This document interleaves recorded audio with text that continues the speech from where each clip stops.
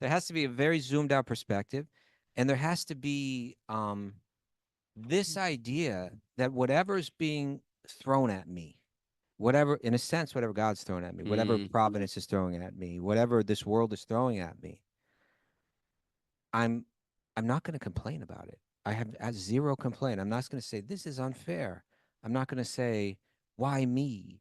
I'm not going to say I'm not going to let any of those loops go through my mind whatsoever. I will not tolerate that. It's 100% accepting my life is in God's hands. Yeah. And you There's can something see so beautiful about that that. it transforms the worst situation into what people think the best external situation. People think only the best external situations could get me to this place where I'm floating in total peace. Mm. And he got put in the worst situation and he found it. It's a Mm. very powerful example. Mm. Om Namo Bhagavate Vasudevaya. Om Namo Bhagavate Vasudevaya. Om Namo Bhagavate Vasudevaya.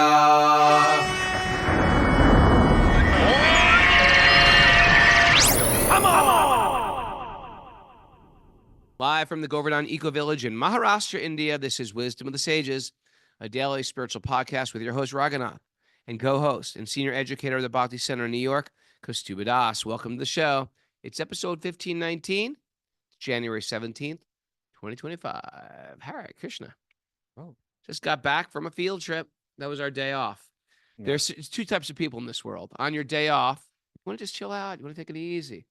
Go into the Ayurvedic clinic, get a little Abhyanga, right? Maybe take a yin class. That's one demographic of person. There's another person like, it's my day off. Let's turn it up a couple notches. And that was the group I took. And we got up at 5:30, got on the bus, and we sang kirtan until we got to South Bombay. Went to the Gateway of India. Stopped up at Starbucks to get snacks. Use the bathroom. And herbal tea. Yeah. And then we hopped on a ferry and we went to the island and we chanted and sang on that island. And the feedback was, it was so blissful. But the real bliss was all the other people on the boat, right, Chief? All the other people watching us on the boat, just like singing, and they jumped in and sang. Oh, very nice. It was so sweet. Verity, right? The other people singing with us on the boat was so wonderful. And the chief, he's like the mayor. He's going around shaking hands, meeting everybody. He's yeah, kissing babies. And then there's the monkeys and the whole monkey scene going on. What about the actual caves? The caves itself are cool. They're just sort of secondary. We just like to be together and chant the holy name. Right. But the caves are very, You didn't very have to go impressive. anywhere to do that. We didn't, but it's sort of like a field trip. It's like a field trip. Okay. And for people who just want to, it fulfills a certain mind. People want to explore. Maybe they're getting like antsy, staying in one place. Also, you want to kind of some people never go and see India. see India. Sometimes you go over to Eco Village, and we are in this bubble. It's like the Hunger Games. You know what I mean? Like everything is nice, everything is pretty, everything's perfect, everything's in control. Once you get out to the real India, it's like chaos, and the chaos has some excitement to it, and Indians themselves, it's a very cool culture. The people are like cultured Indians are high vibe. They hear you chanting, and they're excited about it. Very nice. And it's just nice to bring the holy name into those public places. I feel like you get like special mercy. And then, of course, we jumped back in the bus. Everything went up without a hitch. We went to Govinda's, had darshan at the temple, and then people shopped a little bit. And we just jumped back in the bus, head back, got back at 11. Good. Slept in. And I went to go pick some flowers. Mara, I'll be right here. I'll be right back. I'm going to pick some flowers and some tulsi. Went outside the door. Radhanath Swami standing right there as if it was like a meeting. I was like, and he goes, "What are you doing?" I was like, "Well, I'm picking flowers for puja." He goes, "Come with me." And he just took me by the hand, and we just, poor Mara, she's been waiting there by the altar for an hour waiting for me. Either he had a heart attack or he got hijacked by Radhanath Swami, or could be a stumper. Could be my thumper knocked me out. But a real fun day. How was your day back with It was people? very nice. Beautiful, Yeah? actually. Very beautiful, yeah.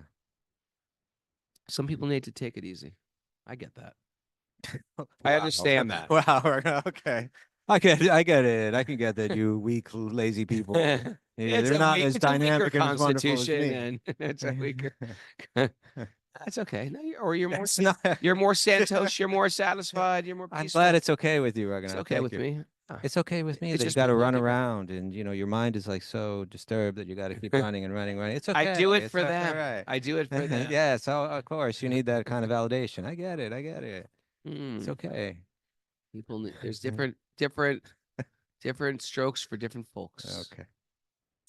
That's what makes this world such a beautiful place. It really is. Yeah.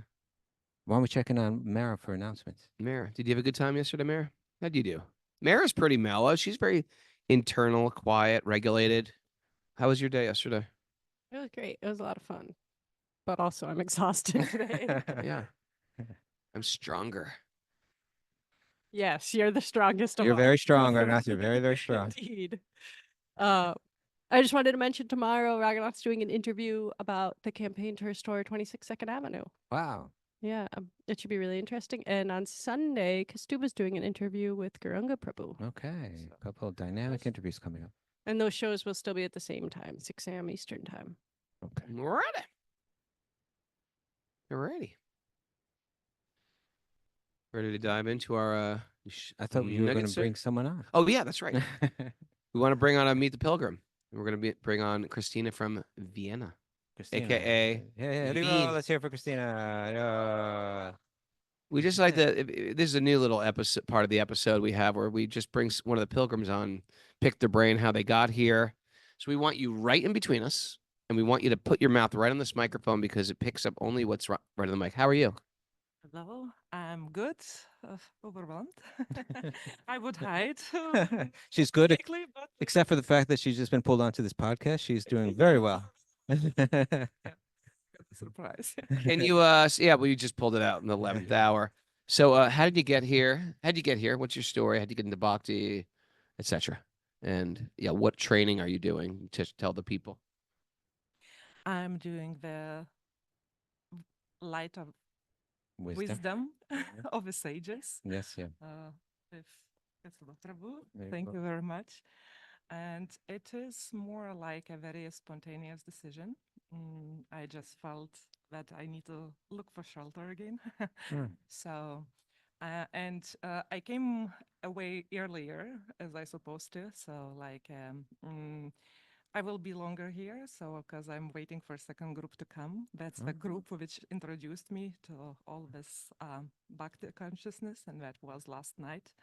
It's Ed and Rukin. I still do not know their devotee names. I'm very ashamed, but it was overwhelming to me. Okay. And No need to be ashamed. we had a mercy or grace to get introduced to that last year. I'm missing something. You were here last year with a Yes. different group of some devotees, and how did you meet them? Even if you don't know their name, it's okay. Just I'm curious, what was that program? You were just wandering around India and you found it, or you specifically went on a pilgrimage? How did that work out? No, it did nothing to do with the bhakti. We just met in one of the Western self-development programs that was in Toronto back 2019. Oh, you were with the what are they called again? That group? The Titans, I The suppose. Titans. The Titans. Okay, now I got it. Yeah. yeah. Titans were business owners, right? Well, you can describe the group of the Titans. Yeah, I spoke to the Titans. Yeah, I Exactly, remember that. we Okay. got like a first also sessions with them. Bhuta Bhavana. Yeah. Yeah. These guys are really cool. Yeah, so It's a really dynamic group. It's a really cool group of people that I don't business leaders and entrepreneurs that were all it was like a big reading group, yeah, right? And they would get together weekly, monthly. we are still get together Weekly. weekly. So after the podcast, there is a Titans book Titan club. meeting. And then the Titans brought their group And- to all meet in person here, and it was a lot of really far out people, and Christina is one of them. Mhm. And then so you decided I want to go back to that place. Oh, it's not a decided. I could not in other ways. Just get. I do not know. I was not expecting finding that, or didn't see it coming. It Okay. just got me. So I was not searching for Krishna. It just Uh-huh. like I was just got in, and Huh. I was not expecting to get such a big like influence or not an influence. It's just like enormous impact on that, Did which Let me ask really you. changed it. So when you came last year, did you feel that impact immediately, or is it you went back home and you started thinking that place was very nice? How did that calling, Manifest. yeah, pull you? Um, that was immediately, and it was very strange. It was like feeling coming back home. Wow. And you just cannot explain yourself. So why this crazy country, crazy custom? You know nothing about it. It just with all the names and all the stories, which it's your rest lifetime not enough to to understand. Yeah. Feels like home. So Makes no material Makes no sense. material sense. But a question for you: have you ever heard of the wisdom of sages? Uh, I got introduced the same year, so since then I was back. Of course, I just dialed in all channels I got introduced to, just to have some kind of association and to get my own like west to navigate all that and what does it mean to my life now. And the second part of the story, why I'm in this group. So instead, after retreat, instead of staying and doing another sightseeing week, which I was planning to, I just felt like I had enough, and I just asked if it might be a possibility just to spend this week back in the Govardhan village, because I just have to gather myself. I didn't see another safe here space. Mhm. And it appeared a miracle. We got the last number. So from the Jaipur, I flew back there, and that's where kirtans kicked in. Wow. And that became like we yesterday were in the boat, and I had this mind when we were sitting with all the swimming vest They make you wear a life vest on the Yeah. boat. Okay. that it just was like a kick in. So it's this kirtans I had a luck to experience with you. And with that was the joint groups with Gauravani. You were just wandering through all the forests and Right. making the stories, which made me much easier to grasp all this like a very complex topic. So, and it became my life vest actually. To when I just had a feeling I was just dropped in this ocean of the bhakti, and the kirtan was my life vest. So I just plugged in and Note was that one down. working. Kirtan is my life vest. So yeah, that's how I'm here. I'm so You- glad to hear that. I Yeah, had no you know, idea. we This could is bring a these. revelation. I love Meet the Pilgrims because everyone's got an interesting story. That is such a great story. And I know what you mean about that. Almost like a loud calling. It was like it called me. I had no choice in the matter. That's what it sounded like, right? That was indeed. So it just, yeah, I just have no other choice. I have to come. So happy you're here and Thank you. keep up the good work. And we're at your service if you need anything. I wonder what the Haribol. I wonder what the That is a great story. say. I'm wondering what the voice will say next. I know. Wow, that's great to know. I remember the Titan. Remember the Titans. I think that's a. But I do remember the Titans. That's amazing, huh? It was a great group. Everyone was really nice in that group, and remember there's one lady, maybe from Turkey, or she may have been Persian. She used to have sweets every day. Like, she's like, this is a very important part of our culture, and she had all different kind of. Every day was like a new batch, right? Yeah, yeah, yeah. So many nice people in that. All right, Yeah, she's a loud calling. I love that. calling. All right, you want It's to your do nuggets? spiritual life. It's loud calling sometimes. Yeah, it is. Sometimes it's a whisper. Sometimes it's loud. Sometimes it's like, get out. You know, like, you know. I remember when I first. Anyway, it's too long to get into. It's When I all first about got the into it, it tongue. was almost like my body was shaking. Like I'd be sitting alone in my apartment and be like, "This is it. I figured everything out. Like I know what it is now." Right. It was like it was so intense, you know. I had a loud calling. Mine Yeah. was like, this part of the chapter's over. There's Yeah. a whole new chapter. New And it was like the transition was tricky, yeah, but yeah. it did it Right. like that. And then it Yeah. was just like, and you know what's interesting? Yeah. Tell me. You look at my astrological chart, it's to the day. I have some of those things. To the day. To the And I day. only noticed it like years later.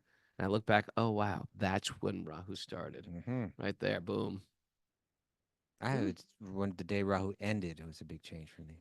Yeah. Maybe it started to. I don't know. All right, you ready for a nugget? Give me some nuggets. All right, this is a very heavy nugget today, Raghunath. But you know, It was quite, yeah, it's a great nugget. I always try to tie it into the show, and Bali is going through some heavy stuff right now. Yeah. Okay, you want to read it? You want me to read it? You can read. It's closer for you. Okay, so this nugget comes from a person. Not sure if I know how to pronounce it, but Walter Sisek. Sisek. Sisek. I think that's it. Ciszek.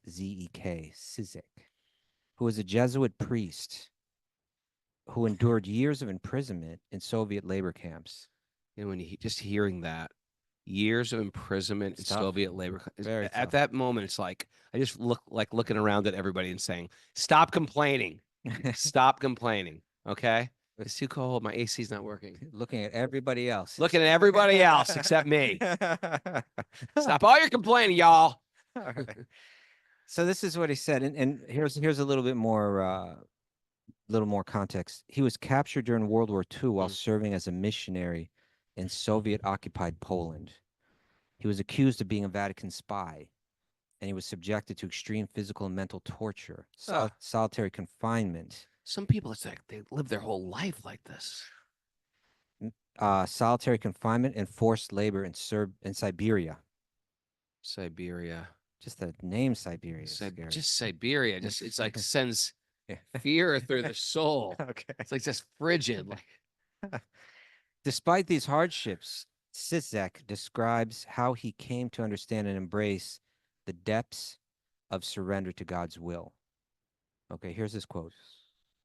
By renouncing finally and completely all control of my life and future destiny. He had to let go entirely, huh? I was journaling about this today. You keep reading and see if I can find anything that. Keep reading. Okay. Listening. You got to listen. Right? I'm listening, but I'm just if I find something very relevant here in my notes. Are you? Perhaps. Yeah, I don't think so. By renouncing finally and completely all control of my life and future destiny, I was relieved as a consequence of all responsibility.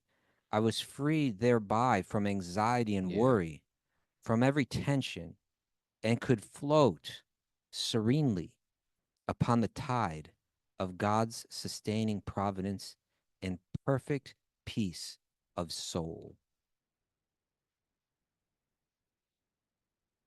Yeah. When you have that situation, imagine just being in a suffering condition where you have no control. It almost takes a suffering condition to really get the material existence. Yeah. Because a lot of people have life easy. Not a lot of people, but perhaps even not most people have life easy. But sometimes when life is easy, you just can't recognize your temporality.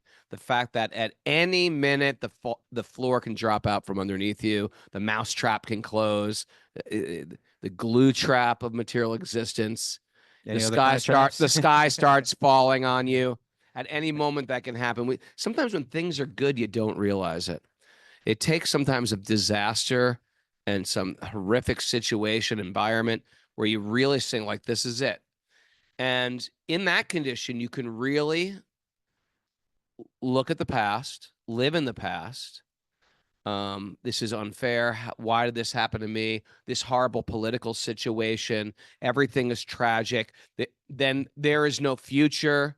What will the future mean? What about my family? What about my children? Stuff like that. In such situations, you can. It's like our life, but accelerated. So it becomes extra more colorful. You're really living in the future out of fear, anxiety, or perhaps hope, or you're living in the past of like anger, fury, resentment. And it seems at this point, he turned his life over to God and just says, you know what? This is God's will. And there's a peace in that.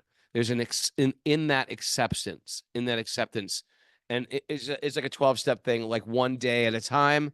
And sometimes we even say one hour at a time or one moment at a time. One moment, even in the most suffering situation, you can be like, this moment's okay.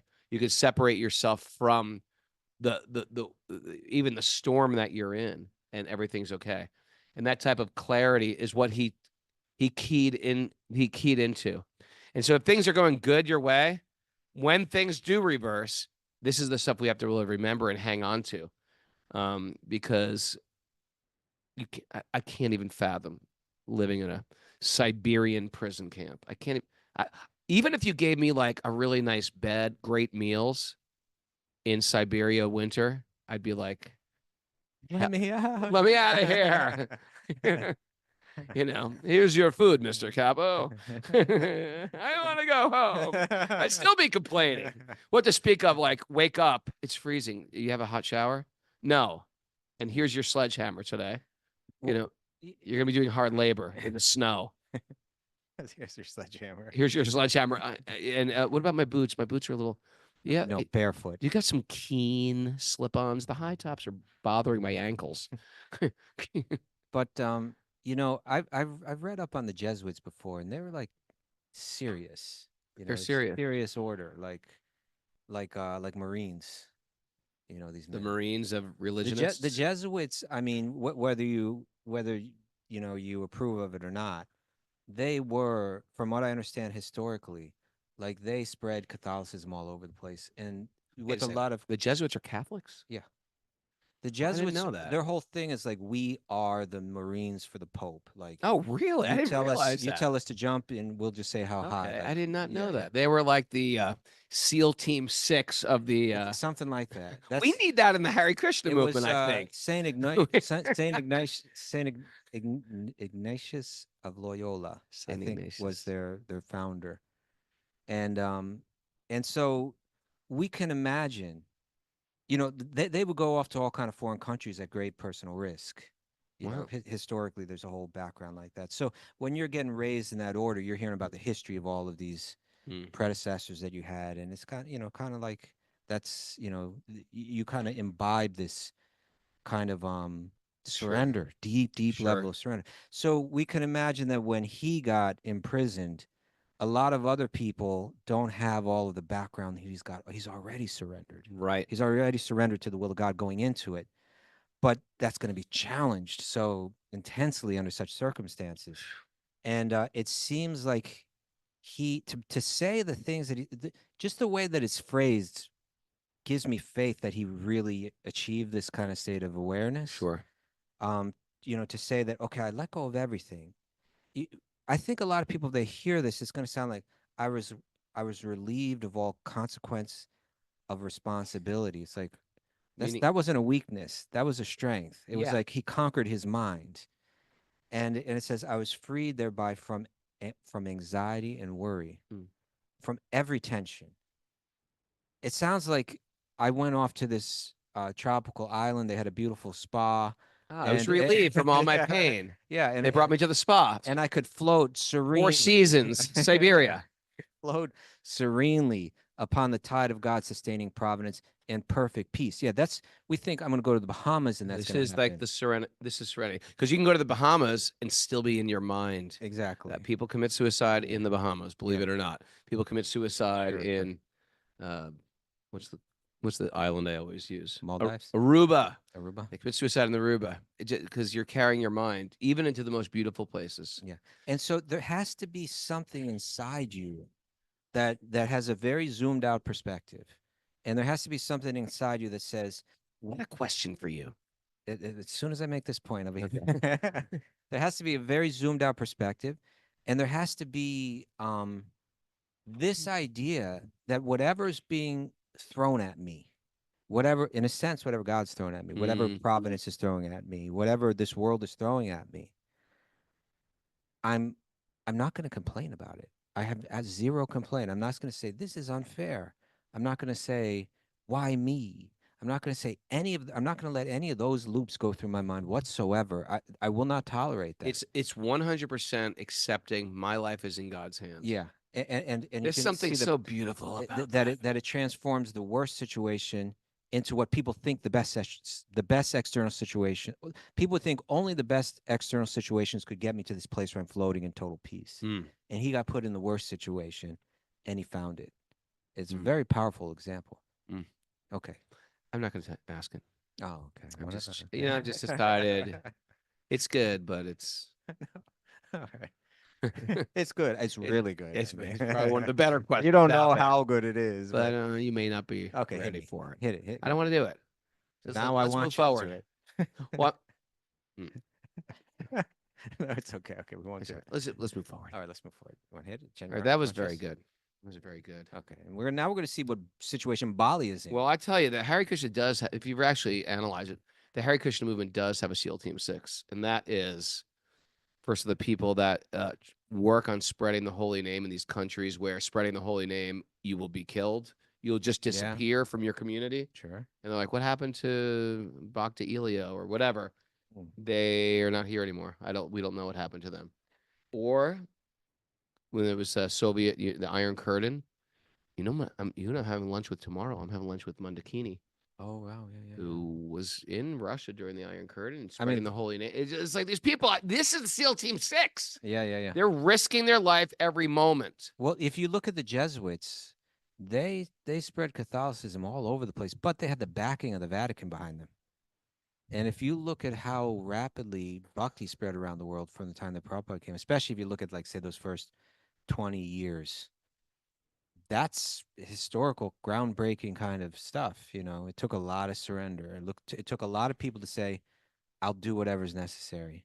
I'm willing to do whatever. I'm happy to do whatever's necessary. I trust God's will. When we got into Bhakti, there was a bunch of Hare Krishnas in prison in the Soviet Union. Yeah. And if you remember this, Prahlad, who's been on our show, We interviewed Sri Prahlad, he was a child Hare Krishna, and he did this song on a major label. It was like on A&M Records or Virgin Records or something. They did the Hare Krishna kids sing, oh Mr. Gorbachev, let our devotees free. Yeah. And it became a hit song in Australia. And it was right at the time of the Soviet Union was breaking down anyway. But it was super cool. I mean, it was hard to believe, though. They have a bunch of, and what are you in prison for? Believing in God. Chanting Hare Krishna. Chanting Hare Krishna. It was like incredible. And that was the Navy. Those were the Texas Rangers. These were the guys who were just like doing it. Many others. And ready to take it for Many the team. Others. People going into places like Pakistan, going into dangerous areas of Africa. Devotees have gone all over the world, just courageously. Going to India. Lost their lives. Yeah. Tolerating so much. Yeah. Matter of fact, it's a beautiful thing. And Krishna sees, because think about it. Whenever you have to sacrifice for a child, what does that mean? It means you love the child. If you didn't love the child, you wouldn't do it. If you hated the child, you might not do it at all. But if you love it, it's a sign of love when you make some type of sacrifice for someone you love. It is. And so Krishna sees that. That is, we talk about, well, how do you approach Krishna? You sacrifice. And a lot of us are coming to Krishna and we have to give up and let go of something. That's a sacrifice. I was really attached to this. I'm going to let it go because it's not helping my bhakti. That's a sacrifice. That's a sign of love. Right. Thank you, Raghunath. Oh, anytime, Prabhu. How's your foot doing? My foot is miraculously healed from good. dancing in kirtan. Okay. I think that's what happened. I danced my broken foot away. I thought I had a broken foot. But I've been dancing a lot and it's just going away. Right. Narayanam namaskritya naram chaiva narottamam devim saraswatim vyasam tadojayam mudirayat. Before he started the Srimad Bhagavatam, which is our very means of conquest, one should offer respectful obeisances to the Supreme Lord Narayan.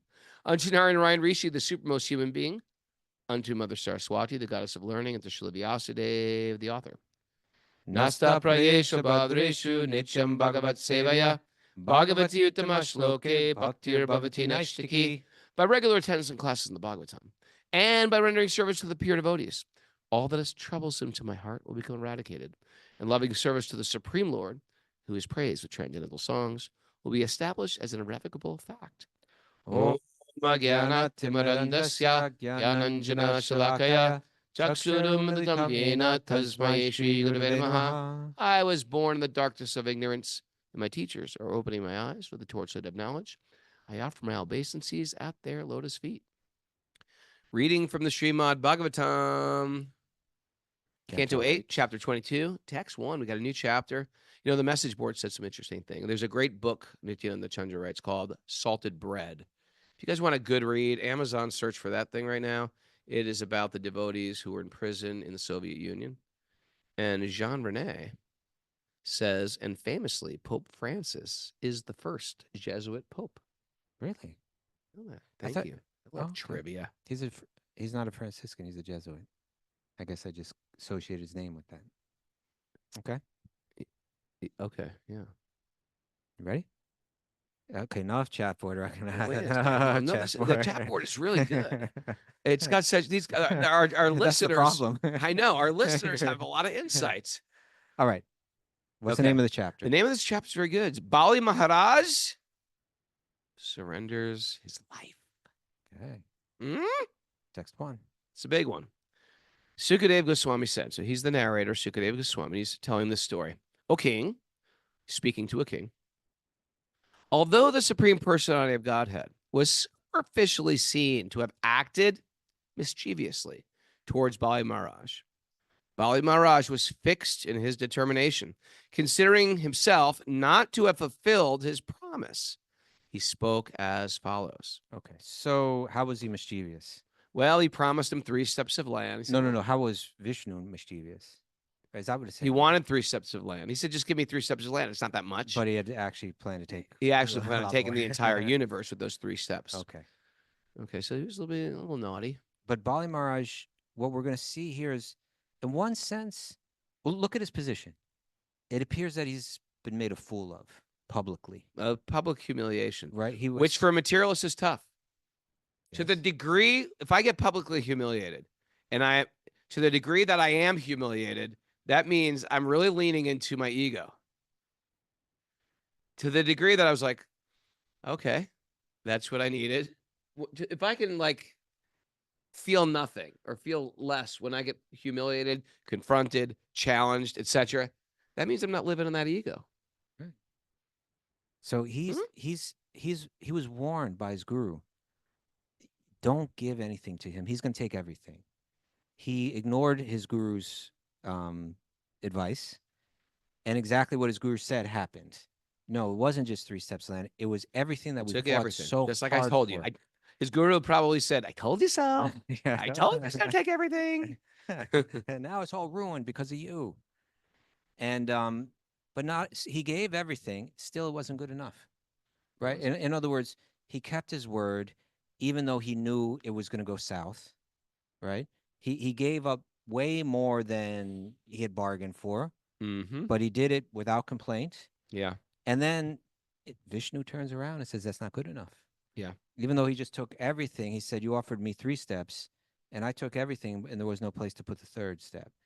And then he had him arrested, right?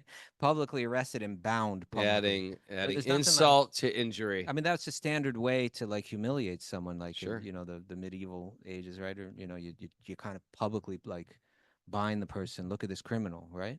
Oh yeah. So now he's sitting there, all bound up, like he's a criminal, like he's done something terribly wrong. When actually at every step he's been doing the exact right thing. At every step he's been like above and beyond the call of duty here. And Vishnu's coming forward and saying, we got a problem here, So let's continue.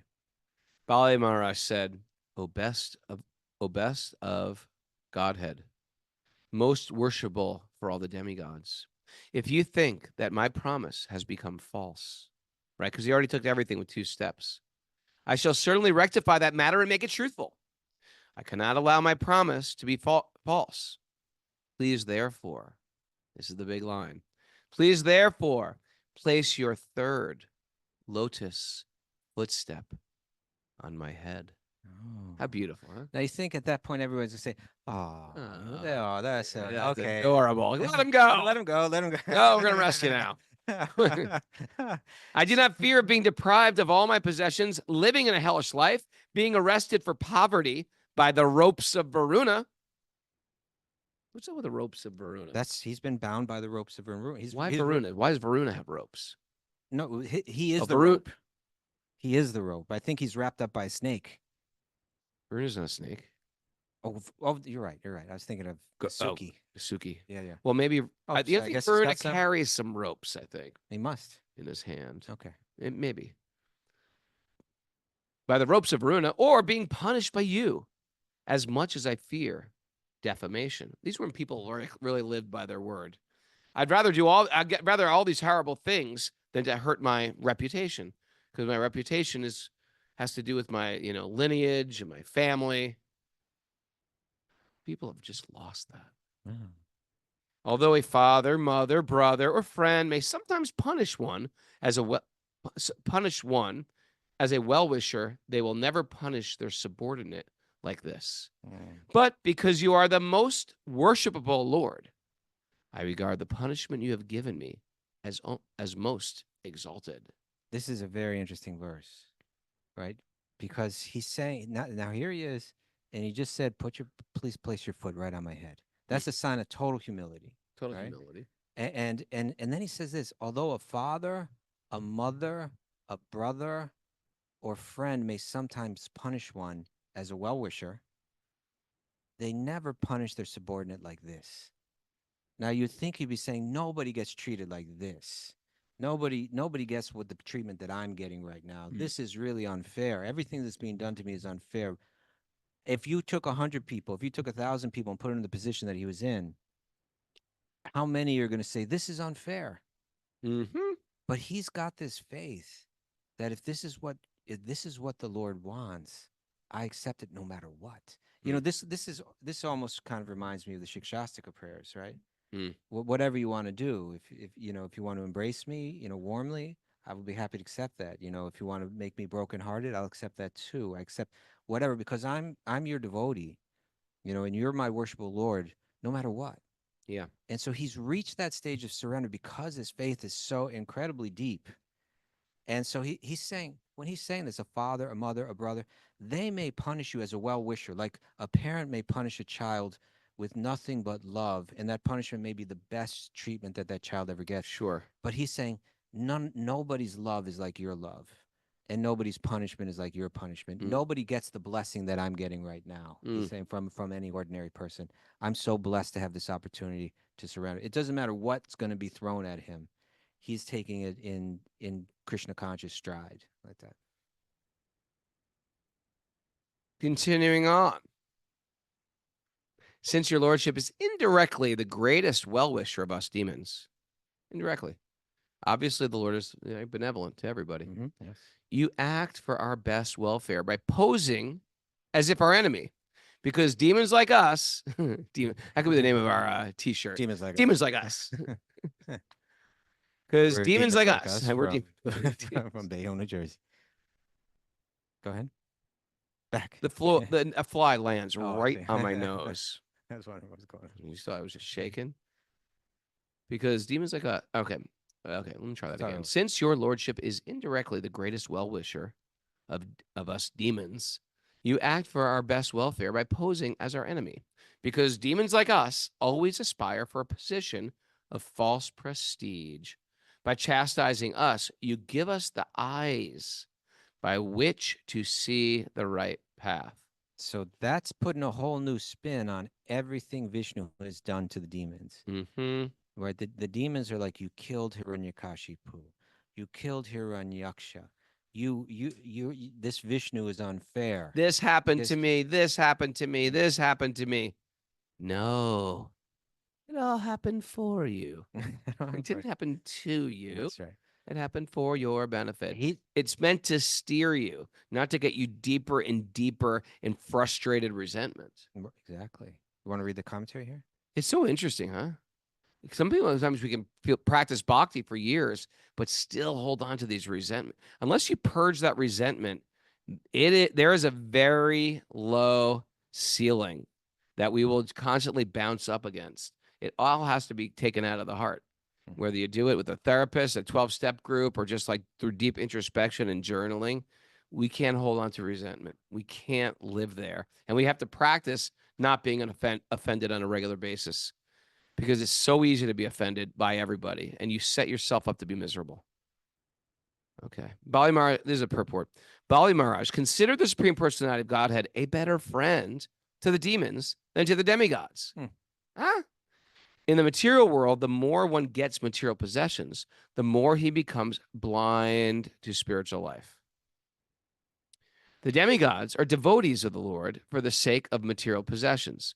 But although the demons apparently do not have the Supreme Personality of Godhead on their side, he always acts as their well-wisher by depriving them of their positions of false prestige. By false prestige, one is misguided. So the Supreme Lord takes away their position of false prestige as a special favor. That is so beautiful. It's the fascinating theory of good karma can ruin your life, right? So people practicing bhakti, sometimes because they're very sincere, they get something taken away from them. It's not because God is punishing you. It's not because God has ignored you. It's not because God doesn't hear your prayer. He actually hears it louder. He says, okay, this guy has got to get purified. They're so sincere. They need to become purified. And they're going to take something away, even something good, even something valuable, to bring you to a higher level of realization. And if we actually analyze our lives, when something apparently tragic happens, if we look a little deeper, if you look through that veil, there's actually a jewel behind it. And and the Lord is just trying to lead us to pick up that jewel. And sometimes we'll just keep the veil up, the curtain up, and we just sit in our frustration, sit in that betrayal, sit in that loss. You know what's great? And I hope they do this. I asked this. I had a great conversation with Radha Swami today. I won't get into it today, but I told him, because I posed this question: how do you deal with people, one, you've connected with, students or something, you connect with them, then you just disappear, you never see them again? That's one type of person that we relate to. Two, other people, but say sort of like they're just sort of disgruntled students. And three, the students who turn and go after you. Like you have and you can't even figure out what you've actually done. He said something like to the effect like, yeah, you asked the right person. I deal with that all the time. And the answer is, how can I best serve? And he said, even Prahlad Maharaj, he was practically battling his father for survival. But he said he always loved his father. Like Hiranyakashipu was blaming his son for the death of Hiranyaksha. Hiranyakashipu so hated his son for going against the family. Hiranyakashipu despised little Prahlad for things that happened before his own birth, and he felt so betrayed in the matter. And Prahlad, he had nothing to do with it. He was actually always the well-wisher of his father. He really just loved his father anyway. And Radha Swami said something to me the other day. He said, once a person's in my heart, I can't let them out of my heart. It was like such a beautiful statement. Even though a person might have done something wrong or went away, or, another person could have looked at it as betrayal. Radha Swami said, just when someone's in my heart, they're in my heart. But what can I do at that point? It was such a beautiful statement. And who am I to sort of like, that's the material energy. It's my material mind. It's my ego that just wants to say, how dare they? Don't they know what I've done? Don't they know how much I've cared about them? We really want some type of justice, when in fact, we just have to learn to love anyway. Or everything was, in fact, transactional. It wasn't really loving. And I have to set example. Prahlad had every reason to be mad at his father. He's like a little child, and he loved his father.